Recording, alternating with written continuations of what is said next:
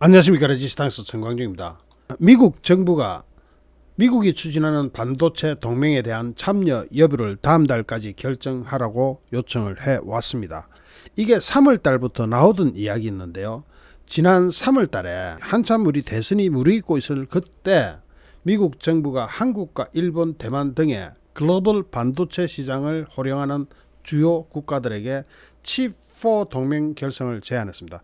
칩은 반도체를 이야기하는 거고 4는 나라 숫자입니다. 그러니까 한국, 미국, 일본, 대만 이렇습니다. 이 칩4를 결성해가지고 중국에 대항하자는 건데 중국이 가만히 있지는 않을 겁니다. 이렇게 되면 중국은 뭘 해도 해야 되는 상황으로 가게 되는데 중국은 중국대로 위대한 중국의 부흥을 외치면서 미국을 위협하는 가운데 미국은 칩4 동맹을 내세워서 글로벌 반도체 공급망에서 중국을 배제하겠다 이런 속내를 깔고 있죠. 중국이 이걸 모르겠습니까? 다 알고 있고 우리나라한테도 경고를 하고 있죠. 또 중국이 남중국해나 대만 등을 대상으로 군사적 패권 야욕까지 드러내고 있는 만큼 반도체 동맹으로 맺어진 4개국을 중심으로 인도 태평양의 안보 전략을 한층 구체화하겠다는 의미도 내포되어 있습니다. 산업계와 정부에 따르면 바이든 행정부는 우리 정부와 주요 반도체 기업들의 반도체 공급망 이른바 칩4 동맹을 제안한 것으로 알려지고 있습니다.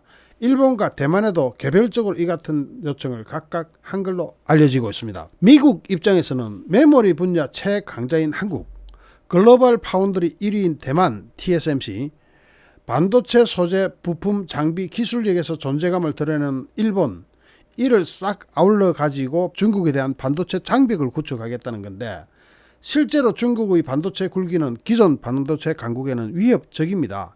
중국은 2025년 핵심 기술과 부품을 70%까지 자급자족하겠다는 제조 2025 정책을 내고 개별 기업 지원과 인프라 투자에 사활을 걸고 있습니다. 물론 많은 부분 지금 다 어그러져가지고 실패하고 있습니다만은 그래도 중국은 끝까지 포기하지 않고 그 정책을 밀고 나가고 있는 것은 틀림없습니다.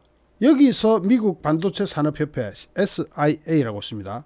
미국 반도체 산업협회는 중국이 지난해에만 28건의 반도체 공장 신설 프로젝트를 발표했고 260억 달러, 우리 돈으로 약 32조 2140억, 지금은 34조가 되겠죠. 정도를 투자했다고 밝혔습니다. SIA는 중국 정부의 반도체 산업 지원책이 매년 나오고 있다면서 미국의 제재가 강화되면 강화될수록 중국 정부의 지원은 더욱더 확대되는 돈으로 이것을 밀어보자는 그런 모습을 보이고 있습니다.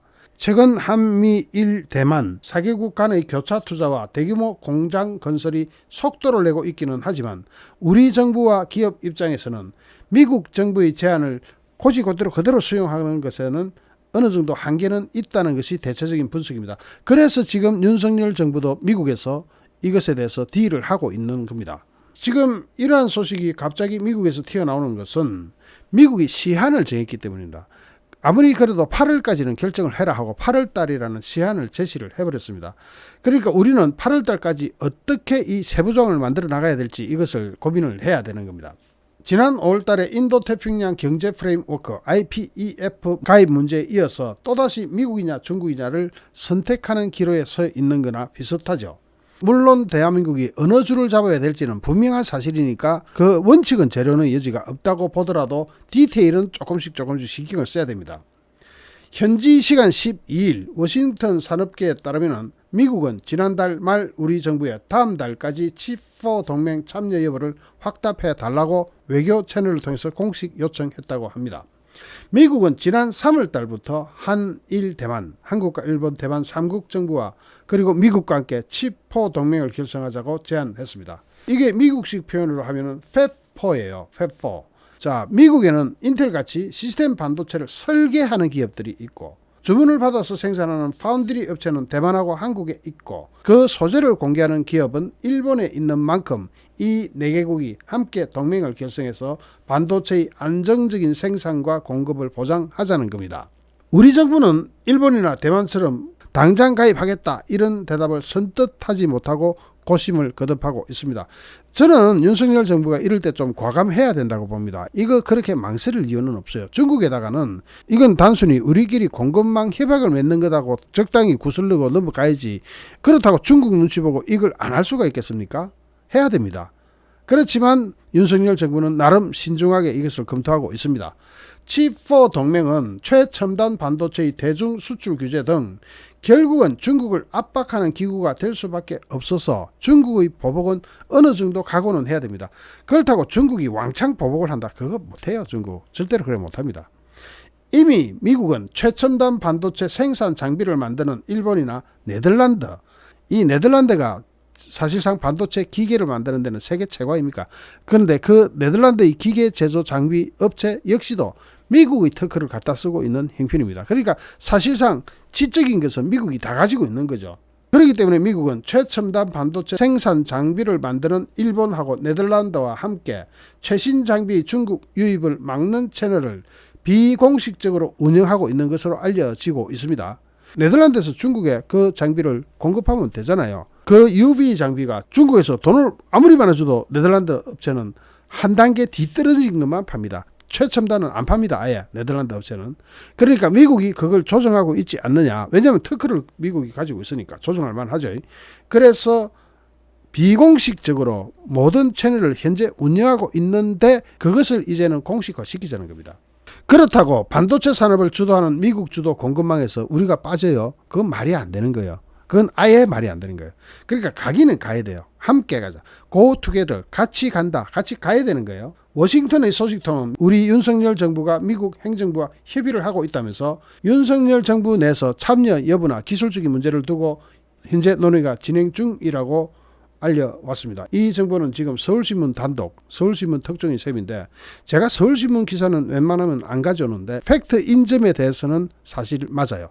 그런데 서울신문의 논지나 이런 것은 우리가 그대로 따라갈 필요는 없겠죠. 그런데 이것을 좀 더 확실히 알려고 하면 바이든이 지난 5월달 방한했을 때 한미 공동성명이 나왔죠. 그 공동성명 중에서 기술 부분을 지금 제가 뒤에 붙이겠습니다. 그걸 봐야 이것이 한미 공동성명 차원에서 그것이 구체화되어 나가는 그런 과정에 있다는 것을 알 수가 있습니다. 지금 바로 연결하겠습니다. 전략적 경제 기술 파트너십 부분에서 이거는 제가 하도 중요해서 영문도 같이 갖다 놨어. 그래서 이거는 영문도 읽고 한국어도 읽고 다 두 개 다 읽을 텐데 윤석열 대통령과 바이든 대통령은 한미동맹의 미래는 21세기 도전들에 대응하기 위한 공동의 노력에 의해 규정될 것임을 인식한다. 이러한 맥락에서 양 정상은 핵심 신흥기술과 핵심 기술, 신흥기술 두 개입니다. 그리고 사이버 안보 협력을 심화하고 확대해 나갈 것을 약속했다. 양국 정상은 또한 공동의 민주주의 원칙과 보편적 가치에 맞게 기술을 개발, 사용, 발전시킬 것을 약속했다. 기술을 개발하고 사용하고 개발하는 건 주로 미국이 많이 해요. 특허는 미국이 거의 다 가지고 있다고 보면 돼요. 개발하는 것, 그 다음에 사용하는 것, 그걸 발전시키는 건 한국이 잘해요. 그래서 이걸 발전시키는 데는 공동의 민주주의 원칙에 맞게 하겠다. 이게 민주주의 아닌 데는 이거 안 준다 이겁니다. 뺀다 이겁니다. 중국이 지금 바로 눈알이 튀어나오는 순간이에요. 중국이 민주주의예요, 여러분? 아니죠. 그러니까 여기에 기술을 개발, 사용, 발전시키는 데는 기초가 뭐냐? 공동의 민주주의 원칙과 민주주의적인 보편적 가치, 원칙과 가치예요. 민주주의 원칙과 가치. 민주라는 것은 일정한 기간, 우리나라는 5년 단임이죠. 미국은 4년 연임이고 일정한 기간 동안 대리인을 바꾸는 겁니다. 민주주의라는 게 국민이 주인이니까. 그리고 국민이 그 지도자를 뽑는 거예요. 민주주의라는 것은. 그리고 민주주의 보편적 가치는 평등이에요. 정의와 평등. 자, 그렇지 못한 나라한테는 이런 것이 사용되거나 개발되지 않도록 하겠다. 발전시키지 못하도록 하겠다. 그 말이에요, 이게. 자, 그 다음에 윤석열 대통령과 바이든 대통령은 우리의 번영과 공동안보, 집단이익 수호의 핵심적인 경제, 에너지 안보 협력의 심화가 중요하다는 점을 인식한다. 지금 뭐라 그랬죠? 에너지 안보라는 말 들으셨죠? 에너지가 안보다. 이 에너지 안보 때문에 지금 세계 기름값 올라가는 거 여러분 느끼고 계시죠? 러시아 저러니까 당장 기름값 때문에 미치겠죠. 자, 이러한 구상을 지원하기 위해 양국 정상은 한미의 국가안보실이 양국 다 있죠. 양 정부 간 행정적 정책적 접근을 조율하기 위한 경제 안보 대화 출범을 지시할 것이다. 뭐냐? 지금까지는 안보하면은 국방에 관한 양 국가의 대화가 있었다면 경제 안보 대화 기구를 출범시킨다 이겁니다. 경제 안보. 이제부터는 안심하고 돈을 벌자 이거죠. 안심하고 미국도 한국도 그렇고 8개 국가. 일본, 말레이시아, 인도네시아, 베트남, 인도 뭐 이렇게 8개 국가. 인도는 아직 아니지 빼고. 그러면서 한국과 미국의 과학자, 연구자, 기술자들이 세계에서 가장 혁신적인 수준임을 충분히 인식하는 가운데 와 우리가 이런 이야기 듣는 데는 순전히 박정희 대통령 공로입니다. 카이스트 누가 만들었죠? 키스트 박정희 대통령이 만들었어요. 자 어쨌든 자 한국과 미국의 과학자와 연구자와 기술자들이 세계에서 가장 혁신적인 수준이다. 옛날에는 미국의 과학자, 기술자, 연구자가 세계에서 가장 우수한 수준이다 이렇게 얘기했을 텐데 이제는 한국의 과학자, 연구자, 기술자들이 미국의 과학자, 연구자, 기술자들과 같은 수준으로 세계 최고다 이렇게 얘기하는 겁니다. 양국 정상은 이러한 비교 우위를 활용하여 첨단 반도체, 친환경 전기차용 배터리, 인공지능, 양자기술, 바이오 기술, 바이오 제조, 자율 로봇을 포함한 핵심 신흥기술을 보호하고 진흥시키기 위한 민관 협력을 강화하기로 합의했다. 뭡니까? 이러한 기술들이 미국에서 개발되면 한국으로 가져와서 한국에서 꽃을 피울 수도 있다는 이야기죠. 민간인과 국가기관이 이것을 강화해 나간다. 양국 협력을. 나아가서 양국 정상은 이러한 분야들에서 전문 인력 간 인적 교류에 대한 적극적인 지지를 제안했다. 인적 교류가 활발해질 겁니다. 이제부터는 미국 과학자가 한국 오고 한국 과학자가 미국 가고. 자, 그러면서 이를 위해 양 정상은 투자 촉진과 연구개발 협력을 통해서 양국 간 이 같은 핵심 신흥기술 관련 파트너십이 정진되도록 협력하기로 합의했다. 자, 미국엔 우리 삼성이 투자를 하고 현대가 투자를 하죠. 대신에 미국 연구개발 인력도 한국에 투자 좀 해라. 그거예요. 그거. 받아낼 걸 받아내고 있죠. 우리가 투자하는 만큼 너희도 해라 해가 받아내는 거예요. 자, 그 다음에 한미 간 국방 산업 분야 협력의 잠재력이 증가하고 있음을 인식하면서 양 정상은 국방 상호 조달 협정에 대한 논의 개시를 바란다. 이거 정말 졸달 일이죠. 미국이나 북한이 보면 중국이나 북한이 보면 졸달 해버립니다. 뭐냐? 양 정상은 국방 상호 조달 협정, 국방 조달 협정 하면 미국 국방 조달 협정이 있죠. 거기에 한국의 FA-50이 들어간다는 이야기는 들으신 적 있죠? 우리나라 공군기가 미국 공군에 납품한다고. 그게 가능하도록 지금 이 협정이 맺어지고 있는 거야. 그러니까 이게 논의가 개시되는 것을 포함해. 논의가 언제 개시된다? 오늘부터. 자, 그러면서 국방부문의 공급망, 공동개발, 제조와 같은 분야에서의 파트너십을 강화해 나가기로 합의했다. 그렇지 않아도 파트너십은 잘 돼 왔지만 앞으로 더 강화하겠다. 여러분 우리나라 FA-50 공격기 그 연습기죠. 처음에 A-50 얼마나 좋은지 아시죠?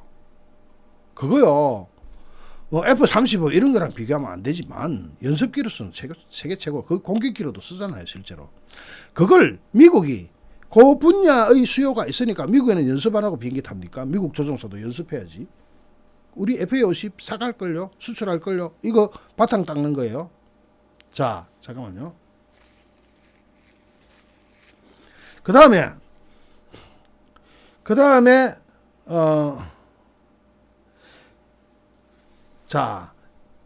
그 다음에 좀 빼겠습니다. 너무 기니까. 그 다음에 진짜 중요한 요 부분. To further cooperation for spent fuel management. spent fuel management 뭐예요? 사용 후 핵 연료. 자, 아까 어느 분이 이야기했죠? spent fuel management, nuclear export promotion. nuclear 핵 익스포트 수출 프로모션 정진. 자, 지금 이런 내용이 들어가게 됐다는 것은 이제 대화가 시작되는 것에 불과할 수도 있겠지만, 그렇게 평가할 수도 있겠지만 시작됐다. 뭐가? 사용 후 핵 연료. 이거는 엄청난 게 우리나라 사용 후 핵 연료가 쌓여 있습니다. 이걸 재처리만 하면 재처리 한 번만 하면 이게 플루토늄이 될지 뭐가 될지 몰라. 그 순도를 얼마만큼 만들어내느냐, 그 기술을 우리 다 가지고 있어요. 다만 그것에 대해서 미국이 허락을 안 했죠. 승인을 안 했던 겁니다. 자, 읽어볼게요. 빨간 데만 읽어볼게요. 양국 정상은 원자력 협력을 더욱 확대하는 한편 수출 진흥과 역량 개발 수단을 공동으로 사용하고 보다 회복력 있는 원자력 공급망을 구축함으로써 선진 원자로와 소형 모듈 원자로의 개발과 전 세계적 배치를 가속화하기로 공약했다. 자, 선진 원자로 하면 세계적인 원자로 최고 선진 기술은 대한민국이 갖고 있습니다, 여러분. 문재인이 5년 동안 말아먹었지만 그래도 아직 가지고 있는 기술은 선진 세계 최고예요. 그 선진 세계 최고의 기술에다가 소형 모듈형 원자로 SMR 그러죠. SMR이 스몰 모듈러 리액터일 거예요. 이 소형 모듈 원전은 우리나라가 또 특허를 많이 가지고 있어요. 물론 미국이 더 앞서 있고. 자, 여기에서 양국이 이걸 개발하고 이거를 전 세계에 배치해 나가는 데 있어서 같이 협력하기로 했다. 양 정상은 양국이 국제 안전 조치와 원자력 공급 합의를 위한 기준으로서의 국제 원자력 요거 빼고 요 이제 좀 넘어가 가지고 요 부분. 양 정상은 미국, 한국, 해외 원전 시장에서의 협력 강화를 위한 굳건한 토대를 제공할 목적으로 한미 원전 기술 이전 및 수출 협력에 관한 양해각서와 여기 한 문단 끊어지죠. 양해각서와 그 다음에 뭐라고 나와요? 사용 후 핵 연료 관리, 원자력 수출 진흥, 연료 공급 확보 및 핵 안보를 위한 협력을 심화하기 위하여 원자력 고위급 위원회와 같은 수단을 활용하기로 약속했다. 이게 최고의 소득일 수 있습니다. 당장 어떤 결론이 나온 건 아니에요. 아까 처음부터 이야기하고 있지만. 그렇지만 뭘 시작한다? 사용 후 핵 연료. 우리나라가 이게 제에 있다는 거야. 사용 후 핵 연료를 관리하고 원자력 수출을 진행하고 연료 공급 확보 및 핵 안보를 위한 협력을 심화하기 위해서 원자력 고위급 위원회 같은 수단을 활용하기로 약속한다. 앞으로 이 주제는 어디로 간다? 원자력 고위급 위원회로 이 주제가 넘어간다. 여기서 우리는 살살 달래가면서 또는 격하게 큰소리 칠 때는 큰소리 치면서 사용 후 핵 연료 관리권을 다 가져와야 돼요.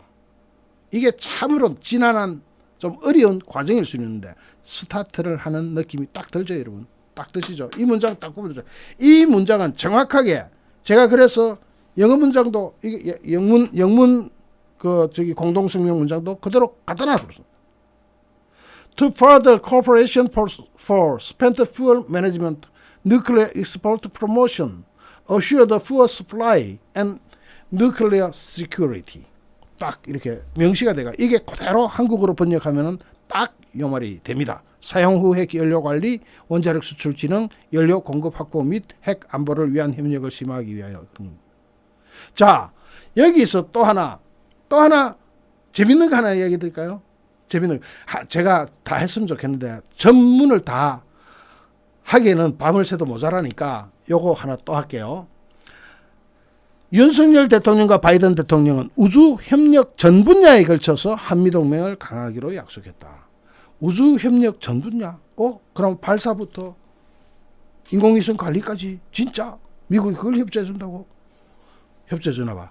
자, 아르테미스 프로그램에 참여한다는 한국의 기존 공약을 토대로 한 양국 정상은 우주 탐사 공동 연구를 촉진하고 뭐 이거는 할 수 있는 말이고 아르테미스 그거 다 아시는 거고. 자, 여기서 한국형 위성 항법 시스템 개발을 지원하기로 합의했다. 이거 뭐예요? 우리 GPS 그러죠. GPS 이게 KPS로 바뀐다. KPS. 이거 GPS가 간단한 것 같죠, 여러분. GPS가 한 개가 자기 자동차 위치 콕 찍어주는 거 아니에요. 몇 개가 탁탁탁탁 자기 차를 계산해가 찍어가지고 위치 딱 알려주는 거예요. 근데 이 KPS가 되면 뭐가 됩니까? KPS가 우리가 자동차에 뭐 싣고 다니고 뭐 이게 다 되면 중국 미사일요, 북한에 쏘는 미사일요, 우리 KPS로 그냥 정확하게 몇 센치 오차로 때려버립니다. 이게 정확하게 지면은 KBS가 중요한 게요. 무기 분야예요. 물론 우리 승용차 뭐 비행기 운항 뭐 선박 운항에도 쓸 수가 있는 거니까 굉장히 이거 재밌죠. 뭔가 다 꺼내놓고 간 그런 느낌이 들지 않나요? 양 정상은 올해 말까지 제3차 한미 민간 우주 대화를 개최하고 양국 우주 산업에 관한 협력을 강화하기로 협력했다.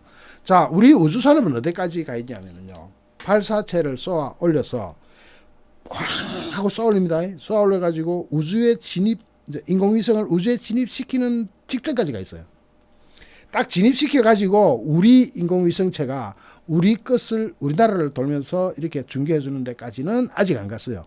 그런데 이 발사체를 쏘아 올려 가지고 진입 그 프록시 일종의 비슷한 물체를 올렸는데 거기서 위성은 아직 아니에요. 거기까지 가 있다면 거의 다 됐는데 미국이 가만 보니까 한국이 굉장히 빨리 잘하고 있거든. 그러니까 미국이 가지고 있는 기술 중에 몇 개만 넘겨주면은 한국이 그 분야에 도사가 돼버린다. 정말 제 실력을 갖춘다면 제일 벌벌 떨 나라는 중국입니다. 사드가 문제가 아니죠. 하늘에서 쳐다본다니 중국 땅 전체를. 그러면 지금 당장 산샤댐이 어떻게 돼 있고 뭐 이런 것까지 다 쳐다본다 이겁니다. 대만 우리가 방어해 줄지도 모르겠네. 어쨌든 거기까지 너무 나간 건데 우주 산업에 대해서 양국이 어떤 공동 개발을 공동 협의를 파트너십을 강하기로 약속했다. 이렇게 보면 되겠습니다. 그리고 윤석열 대통령과 바이든 대통령은 올해 10주년을 맞이한 한미 자유무역협정 코러스 FTA가 여전히 양국 경제관계의 근간이라는 데 동의하였다. 한미 FTA는 우리가 이익을 많이 보는 거죠.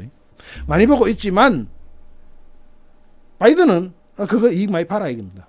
이익 보되 반도체 내놔. 어제 삼성 가가지고 샘성 얼마나 감동했습니까?